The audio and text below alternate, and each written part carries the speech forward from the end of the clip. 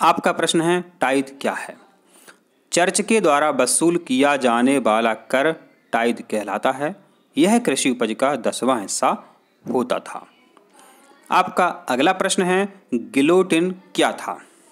उत्तर है गिलोटिन एक ऐसा यंत्र था जो 2 स्तंभों और एक फरसे से बना था, जिसे मृत्युदंड देने के लिए इस्तेमाल किया जाता था।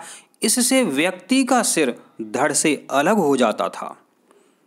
आपका अगला प्रश्न है एस्टेट जनरल से आप क्या समझते हो।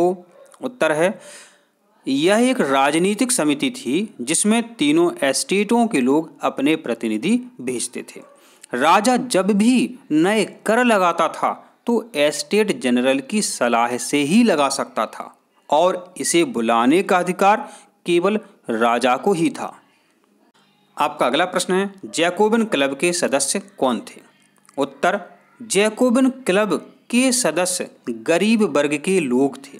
इसमें छोटे दुकानदार, जूता बनाने वाले, पेस्ट्री कुक बनाने वाले, घड़ी साज और दैनिक दिहाड़ी मजदूर आदि थे। इस क्लब का नेता रॉबेस्पियर था। आपका अगला प्रश्न है फ्रांस में 14 जुलाई का क्या महत्व है। उत्तर है 14 जुलाई 1789 को फ्रांसीसी जनता ने बास्तील की जेल पर आक्रमण कर दिया। इस जेल को राजा के अत्याचार का प्रतीक माना जाता था। अंत में क्रांतिकारियों ने जेल की फाटक को तोड़ करके बंदियों को मुक्त करा लिया। इसलिए फ्रांस में हर साल 14 जुलाई को फ्रांस के राष्ट्रीय दिवस के रूप में मनाया जाता है, जिसे बास्तील दिवस भी कहा जाता है। फ्रांस की क्रांति ने विश्व को कौन कौन से 3 सिद्धांत दिए। उत्तर 19वीं 20वीं सदी में फ्रांस की क्रांति ने दुनिया को निम्न 3 सिद्धांत दिए।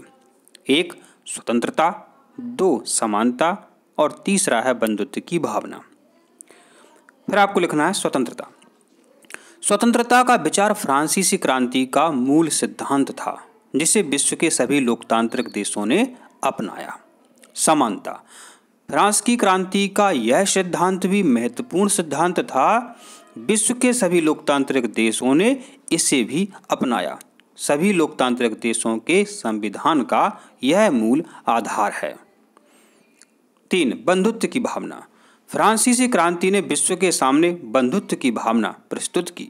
यदि जनता सामूहिक रूप से इसे माने व पालन करे तो देश का नवनिर्माण हो सकता है।